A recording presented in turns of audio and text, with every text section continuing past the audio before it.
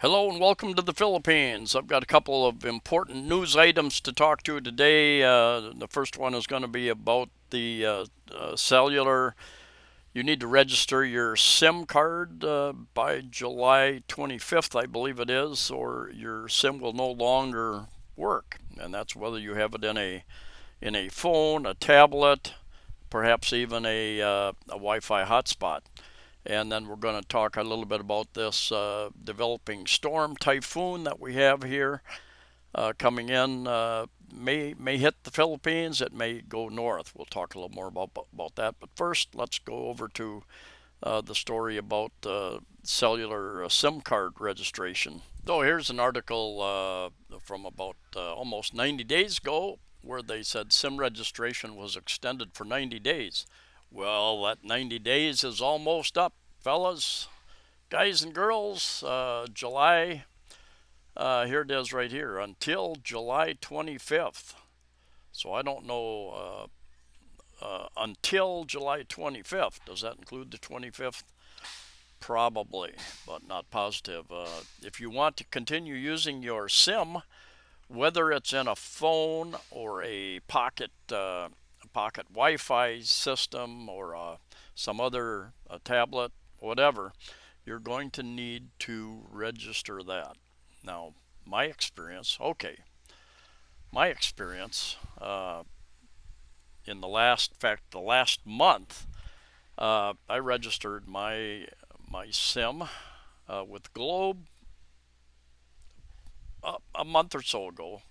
And since then, I've gotten two really strange calls. Never had these calls before. One was somebody wanting to take a survey, wanting me to take a survey. And another one, I missed the call, but I did a reverse lookup of the phone number, and it had some strange name, and I did some research on the name. I thought it was the name of a company or something trying to reach me. And the name that the phone number was registered, and I forget the exact name, but it means in Filipino, Tagalog, it means basically means female's reproductive um, vagina, I believe. That's what it meant. So I said, well, that's pretty strange. Now, how did these people get my phone number is the question I have. It happened after I registered it, and something I predicted. Just, you know, even the top security agencies around the world get hacked and lose millions, hundreds of millions of information on customers. And I suspect uh, either somebody in the system understands they can sell that information. They can make money by, they have access to it, selling that information, or somebody was able to illegally get access to that information, hacking or however they did it. Because in 8 years, I've never received a call like that. But after I registered, then I started receiving calls, and that was just within the last 3 weeks after I registered. But my experience is not gonna change this, and they set up this registration because people were getting scammed with emails, not emails, but text messages, I guess, and they thought were from legitimate, from their bank or different things, asking for information about login information, various things, trying to scam them, saying they owed a bill and they could pay it, using digital payment. And this bill was meant to try to stop some of that online cellular scamming. In the end, will it do that? Uh, my personal opinion is that the crooks, it's kind of a cat and dog type thing, or cat and mouse. The game. The bad boys will figure out a way around the system, or they will use the system to their advantage. And jumping over to the Pagasa site, it is the Philippine Atmospheric, Geophysical, and Astronomical Services Administration. That's what that stands for. And there's a tropical cyclone alert going on, general flood advisory around certain areas. Now, there are a number of weather agencies around the world that do predictions here. And this is Pagasa's prediction of where this storm is going to go. This red outline kind of box here is called, it's the Philippine Area of Responsibility. And these storms, once they get a named storm, it has one international name out here and one crosses that line. The Philippines changes the name. Can be a little confusing, but that's what it is. And so we just deal with that. Now, Pagasa is predicting that it's going to turn into a typhoon right about here. Not a super typhoon yet, but a typhoon. And it could turn into a super typhoon. That's what the ST stands for, super typhoon, as it picks up speeds, picks up energy in this area of very warm ocean water in the Philippine Sea. This is the Philippines, of course. Here's some northern Philippine islands here.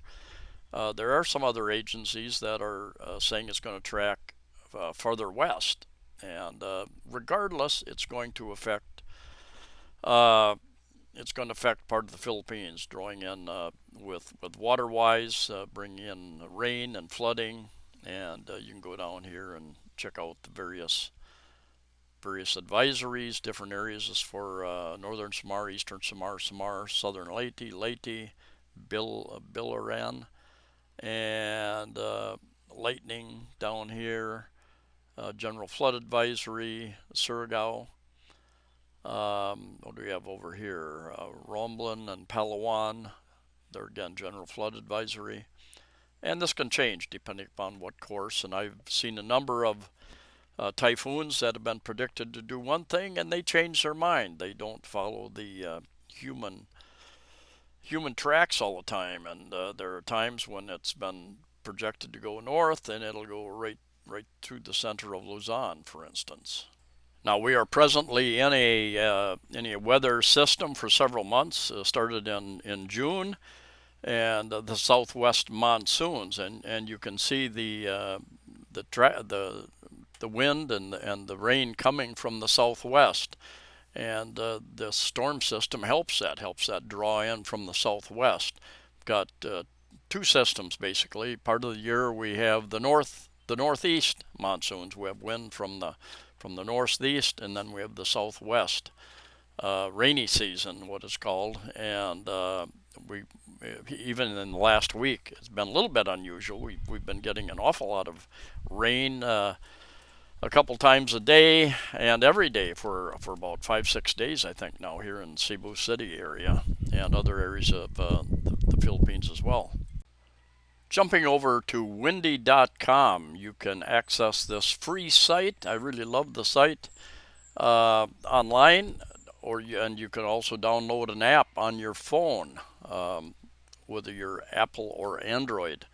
And windy.com is the name of the place. We've got the Philippines here, and it just gives so much information out here. That gives the date here, and you can actually drag this forward and get the predictions.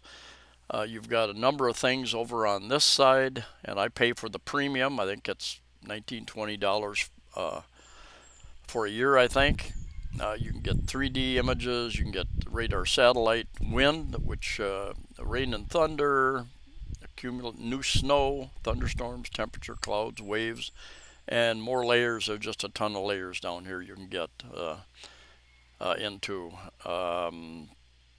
Down here we can get, and like I was telling you about different forecast models. This is one forecast model. Look what happens when I hit on the GFS model and access model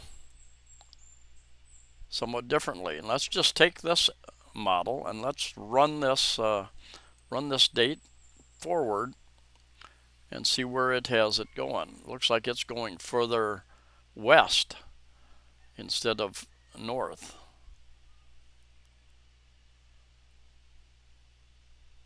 Look at that. And then as it nears, looks like it's going to actually make landfall in this model in the northern area of Luzon Island on what, 25th. It's 21st when I'm doing this model. And let's go over here. Let's just see what GFS does for us. See where it takes us.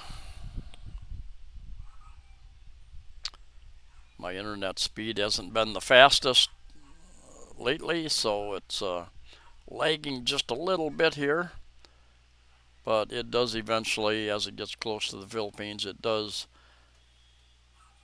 take it north, but it does also draw in a lot of this moist air from the south. So we're going to get a lot of rain on the western side of the Philippines in particular. Now there's a big reservoir up in this area someplace that is relatively low, and they could sure use this rain to help fill that thing back up again. So we'll just have to wait and see what happens.